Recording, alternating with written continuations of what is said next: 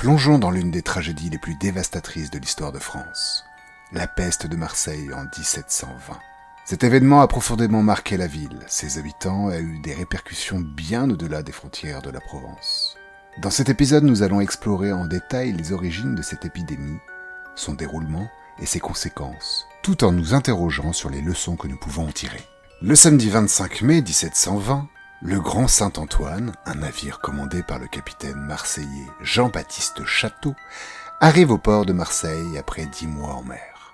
Ce vaisseau rentre de Syrie, alors connu sous le nom d'échelle du Levant, chargé de ballots de soie, de coton et de laine.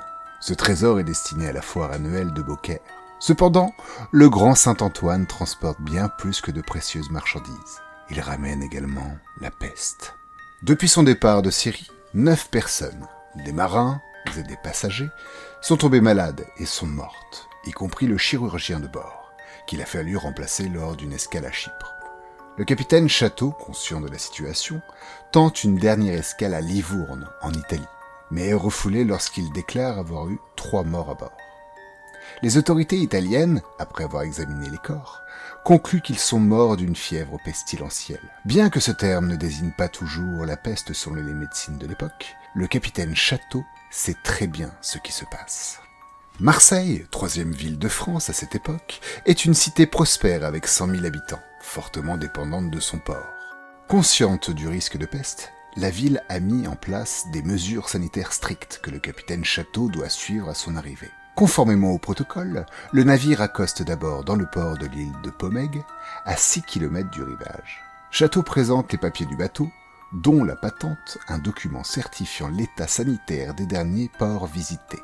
Sur ce plan, le capitaine est rassuré. Toutes les patentes sont nettes, indiquant qu'aucune des régions visitées n'est affectée par la peste. Cependant, lorsque le capitaine est interrogé sur d'éventuels malades à bord, il avoue qu'il y en a eu 8 et qu'ils sont tous morts. Cette révélation scelle le sort du navire, qui est immédiatement placé en quarantaine. La cargaison est débarquée sur l'îlot de la Jarre, le navire reste à Pomègue, et l'équipage est confiné aux infirmeries du Vieux-Port pour 20 jours. Mais rien ne se passe comme prévu.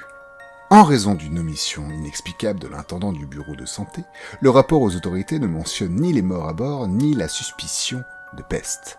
Ainsi, le 3 juin 1720, une semaine après l'arrivée du navire, le capitaine Château reçoit l'autorisation de débarquer la cargaison. Non pas sur l'îlot de la Jarre, mais directement à terre, aux infirmeries situées au cœur de Marseille. C'est une décision catastrophique. Les ballots de soie, de laine et de coton sont débarqués, éventrés et aérés au centre de la ville, où les porteurs travaillent à main nue, ignorant les dangers. La peste transmise par les puces des rats réfugiés dans les ballots commence à se propager silencieusement.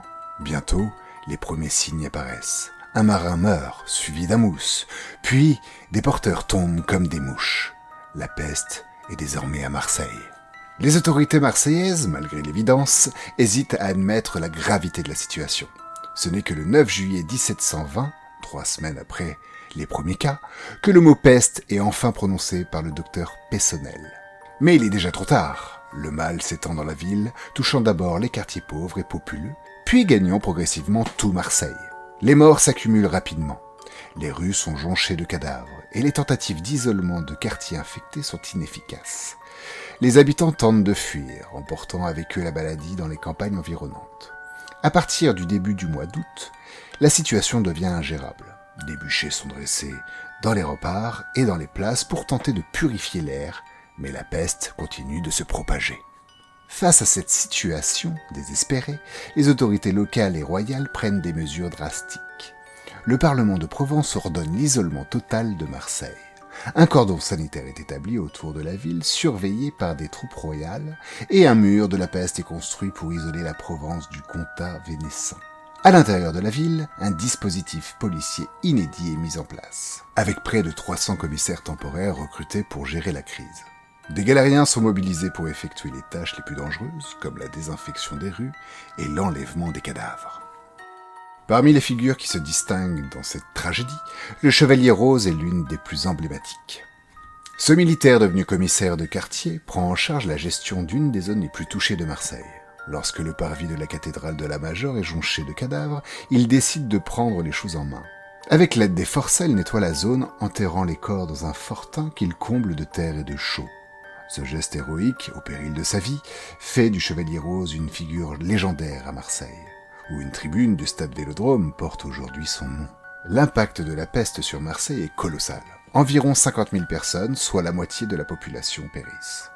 Les survivants sont traumatisés et la ville mettra des années à se reconstruire.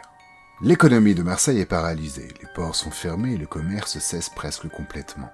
La reconstruction de la ville permet cependant une meilleure compréhension des maladies infectieuses et la mise en place de mesures sanitaires plus strictes.